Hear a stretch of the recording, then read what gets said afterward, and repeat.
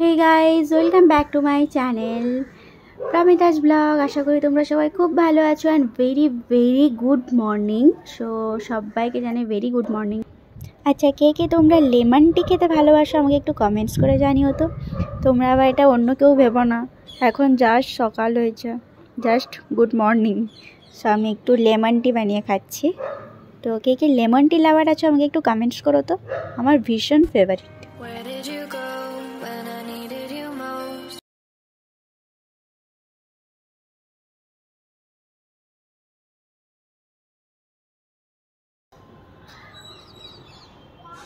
আজকের ওয়েদারটা দেখো, মানে সকালে ঘুম থেকে উঠেই দেখছি এরকম একটা স্নিগ্ধ ওয়েদার।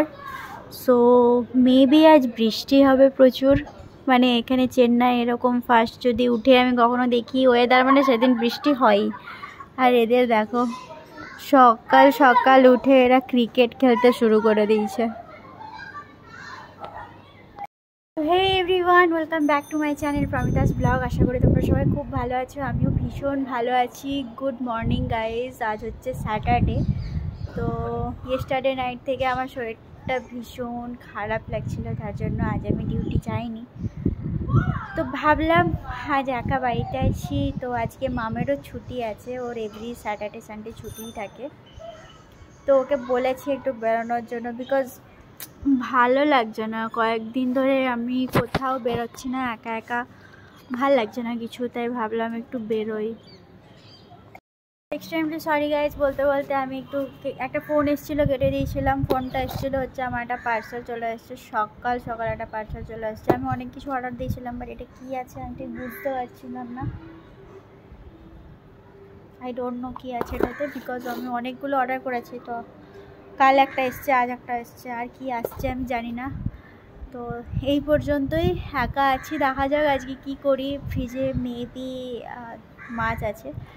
তো অনেক দিন ধরে আমার একটা ফেভারিট শাক, যেটা পালং শাক, তো সেটা আমি অনেক জায়গাতে, এখানে অনেক মার্কেটে খুঁজেছি, দোকানে, আশেপাশে দোকানে খুঁজেছি, তো এখানে ওই শাকগুলো পাওয়া যায় না। আমাদের ওদিকে যেমন এভরিডে যখন ইচ্ছে তুমি মার্কেট গেলেই পেয়ে যাবে অ্যাভেলেবল, বিকজ আমার বাবাও বাড়িতে ওটা খুব ভালো করে বসায়। তো খুব ভালোভাবে আমরা, মানে বাড়িতে সবাই খুব ভালো টাইমে পায়। তো এখন আবার শীতকাল, মানে আমার বাবা সব রকমের সবজি আমাদের বাড়িতেই লাগায়। তো পালং শাকগুলো দেখেছিলাম বাবা লাগিয়েছে, খুব বড় বড় হয়েছে। তো এই বাড়ি থেকে বাইরে থাকলে অনেক কিছুই মিস করতে হয়।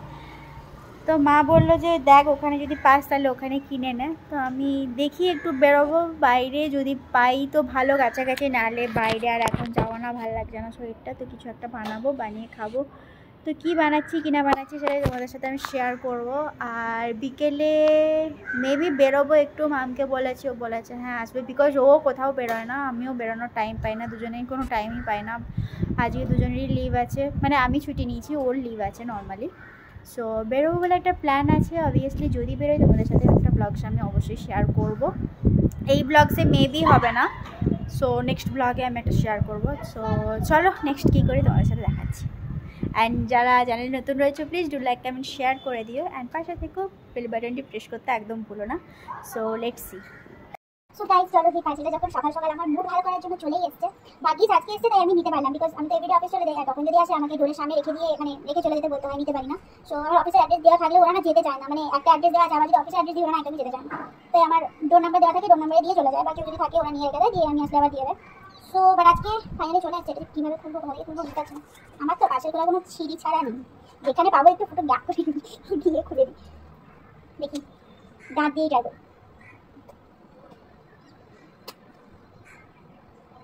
ভাই পার্সেল করতে গিয়ে এত চাপ কেন? তোমরা কি কি পার্সেল আনবক্সিং করতে ভালোবাসো আমাকে একটু কমেন্ট করে জানিও তো, আমার তো দারুণ লাগে ভাই। এইটাকে রাখতে হবে, যদি বাই চান্স কিছু প্রবলেম আছে আমাকে রিফান্ড করতে হবে। তাই আমি পার্সেলগুলো খুব সযত্নে সুন্দর করে খুলি, বিকজ অনেকগুলো পার্সেল আমার অনেক রকমের বাজে এসেছিল একেবারে, আমাকে এই করতে হয়েছিল। খুলতেই তো পারছি না, কি যে আছে বাড়িতে।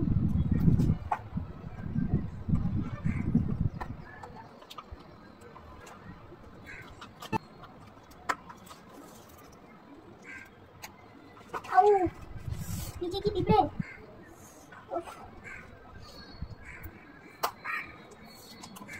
ফাইনালি মনে হচ্ছে এবার খোলা হবে। চুল চুলও ছিঁড়ে গেল ভাই, দেখো পার্সেল খুলবো কি, আমার চুল ছিঁড়ে যাচ্ছে। খোলা হয়ে গেছে, দেখা যাক কি আছে। আচ্ছা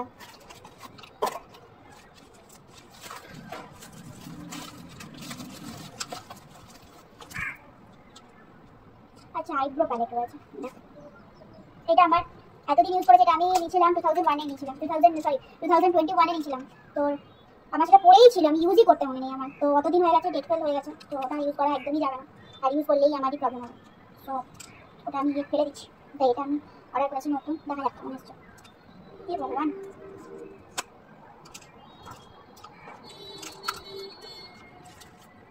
আমার এই ভেতরে যে ব্রাশটা থাকে না, সেই লাগে সেই। আচ্ছা এটা আবার এরকম, আগেরটা এই দিক থেকে খোলা ছিল, এটা আবার এরকম খোলা ছিল। এইরকম এসে জিনিসটা আইব্রো প্যালেট। আমার না এরকম একটা বড় ব্রাশও আছে, এটা যেগুলো বড় হয় সেই বড়গুলো আছে। তো এটা বেশ সুন্দর।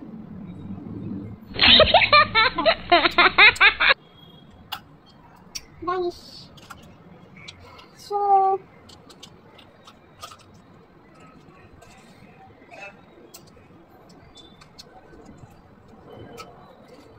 চলো এবার রান্না করতে যাই। বাই। সো গাইজ আমি চলে এসেছি এখানে ফার্স্ট করব যেটা আমার খুব ফেভারিট স্পিনাচ পালং শাক, যেটা আমার ফার্স্ট। তো সেটা আমি করব। এখানে আমি তেল দিয়ে দিয়েছি, এতে জিরে দিয়ে দিয়েছি, গরম মশলা দিইনি, দেবো একটু পরে।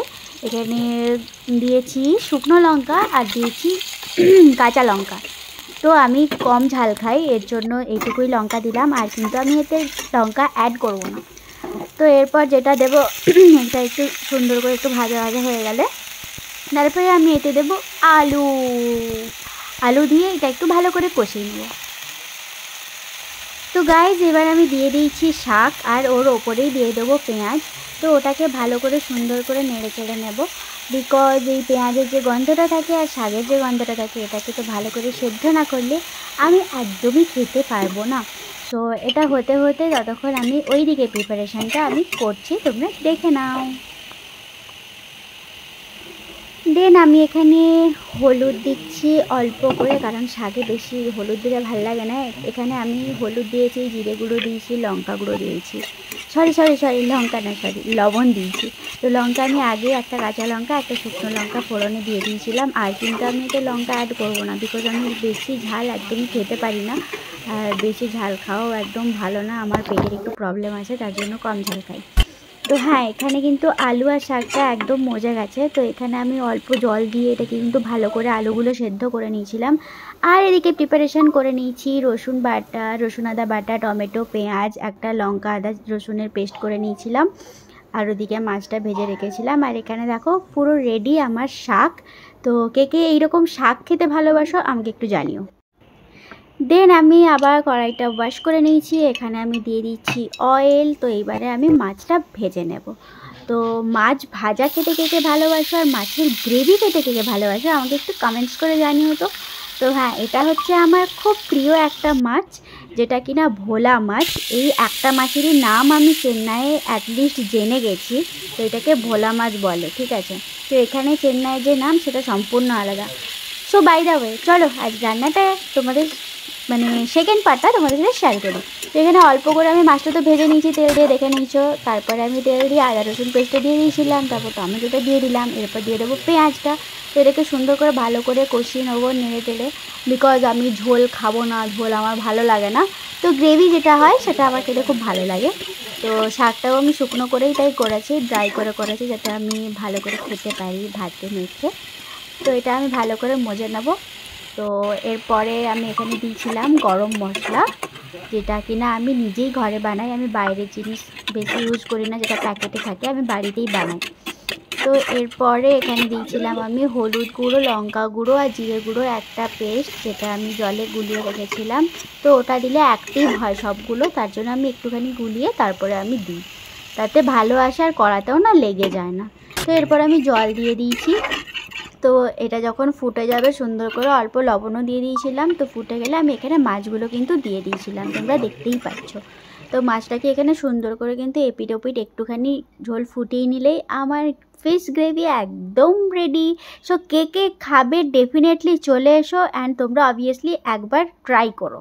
সো গাইজ আমার কিন্তু রান্নাবান্না একদম কমপ্লিট হয়ে গেছে, তোমরা দেখতেই পেলে। তো পালং শাকটা আমি ফাইনালি কিন্তু পেয়েই গেছিলাম। তো নিচে একটা শপ রয়েছে, তো ওখানে একটা কাকু ভীষণ ভালোবাসে, মানে আমি গেলেই মানে খুব করে যে কিনিবি বল, মানে দোকান যদি বন্ধ থাকে খুলে আমাকে দেয়, এতটাই ভালোবাসে। তো যাই হোক, যে কাকু আমাকে দিল, আবার একবারে মানে আটি যেগুলো হয় তো ওগুলো আমাকে এক আটি দিয়েছে, আবার এক আটি এমনিও দিয়েছে, কোনো টাকা নেয়নি। সো যাই হোক, সবসময় আমি টুকটাক ওখান থেকে অনেক কিছু নিই, তাই আমাদের চেনা পরিচিত হয়ে গেছে। তাই হ্যাঁ, ওই শাকের তরকারিটা বানালাম আর ওই মাছের গ্রেভিটা করলাম। তো মাছটা অনেকদিন ধরে আমি কিনে রেখেছিলাম, খাবো বলে আর খাওয়া হয়ে উঠছিল না, বিকজ সকালে করে আমাকে বেরিয়ে যেতে হয়। সকালে আমার মাছ খেতে একদম ভালো লাগে না। তো অনেক দিন হয়েও গেছে, আর বেশি দিন রাখলে নষ্ট হয়ে যাবে, যতই ফ্রিজে থাকুক মাছ বলো মাংস বলো, বেশি দিন ফ্রিজে রেখে খাওয়া একদমই উচিত নয় শরীরের পক্ষে। তাই আজকে বানিয়ে ফেললাম। তো ভালোই হয়েছিল, নিজে বানাচ্ছি বলে বলবো না, মোটামুটি ভালোই হয়েছিল, খাওয়ার জন্য সুন্দর ছিল। সো এই পর্যন্ত এই ব্লগসটা থাক। তো চলে আসবো নতুন ব্লগস নিয়ে মেবি কালকে। তো আজকে মেবি বিকেলে বেরোবো, কারণ মাম এক্ষুনি ফোন করছিল কটায় বেরোবো কি না বেরোবো জিজ্ঞাসা করছিলো, মানে বেরোবো, ইটস কনফার্ম। সো ওটার একটা তোমাদের জন্য আলাদা ব্লগ শেয়ার করব। তো এই ব্লগটা এই পর্যন্তই। তোমরা ভালো লাগলে ডু লাইক কমেন্ট শেয়ার করে দিও, নতুন হয়ে থাকলে চ্যানেলটা সাবস্ক্রাইব করো অ্যান্ড পাশে থেকো। টাটা।